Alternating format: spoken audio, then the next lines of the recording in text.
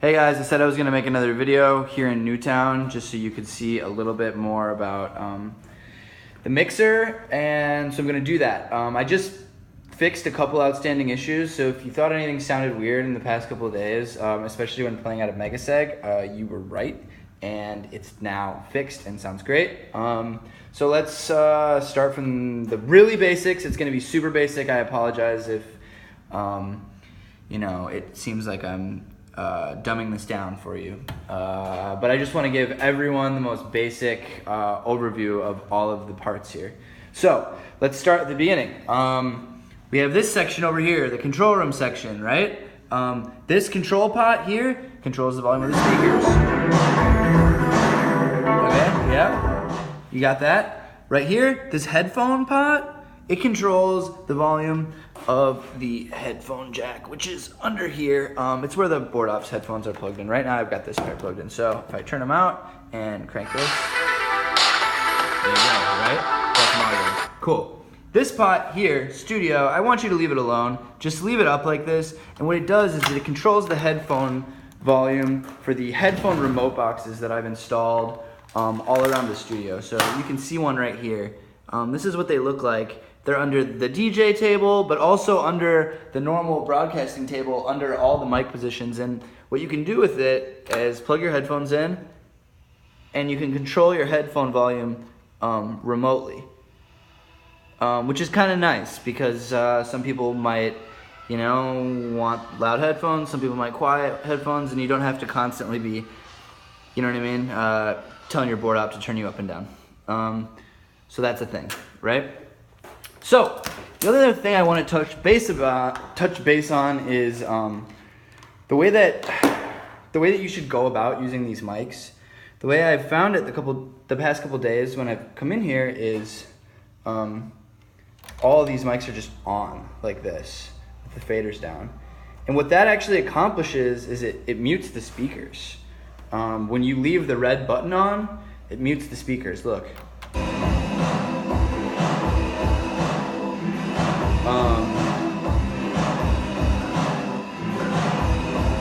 So I understand the way that you probably were running the studio before is you would maybe leave these on all the time, and then anytime you wanted to talk, you'd ride the fader up and, hey, this is Charlie on the mic. I got a bad radio voice and it's the afternoon. You know what I mean? Do something like that, right?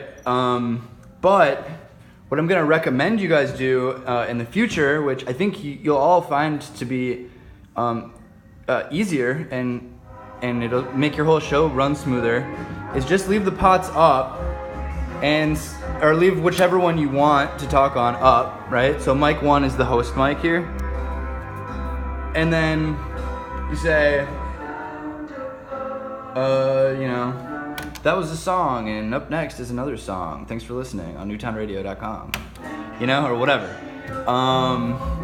You guys probably sound cool or have more to say. But that's how I recommend you do it.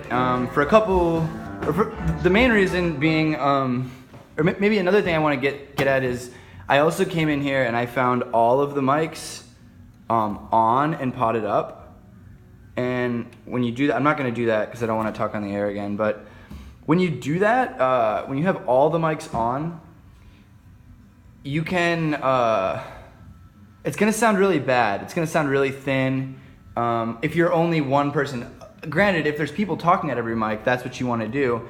But otherwise, you're going to want to figure out which mic you're sitting at and only turn that one on. Don't just turn them all on because you maybe don't know which is the correct one. If you're curious about, which mic is mic 1, mic 2, mic 3, and mic 4, I can come in and label them. I have to go to work right now. I'm late for work, actually, so I'm not going to do that right now. Another way to do it is just turn the mic on and scratch it. Because sometimes if you say check 1, 2, well, it might bleed into one of the other mics. But if you just physically scratch the front of it and you can hear it, then you know, oh, that's the mic I'm sitting at. And you probably just want to turn that one on. Because the other night I was listening and the vocals sounded really thin, and I was concerned that something had gotten messed up or that I maybe had done something incorrectly. But I came in and I found all 4 mics on, and I was like, oh, it was probably just one person talking, or 1 or 2 people talking with all 4 of the mics on. Which again, probably didn't know, just because before you only had 2 mics. But it'll sound a lot better if you just only turn the mics on that you're sitting in front of.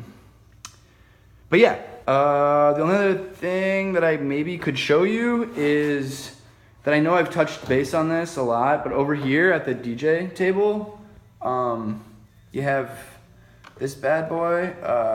It's a little panel. Here's the DJ mic. You can physically, hey, what's going on? I'm talking on the radio. You can turn that on and off. And if you look over here, you'll actually see that fader turn on and off, which is kind of cool. And you'll also, again, you'll hear it duck the speakers when you turn it on. There's still some dirty ground somehow, and so you get kind of a hum when the mute comes on. You hear it, you'll hear it. But it's still better than having the speakers blaring when you turn the mics on, I think, in my opinion. The only other thing, so you have Megaseg here, right? DJ69 is what I named the DJ booth.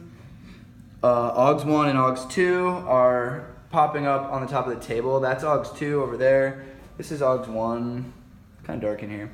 I plan on adding more of those, or one more. Problem is that I didn't have balanced to unbalanced converters at my disposal, so I could only put in 2.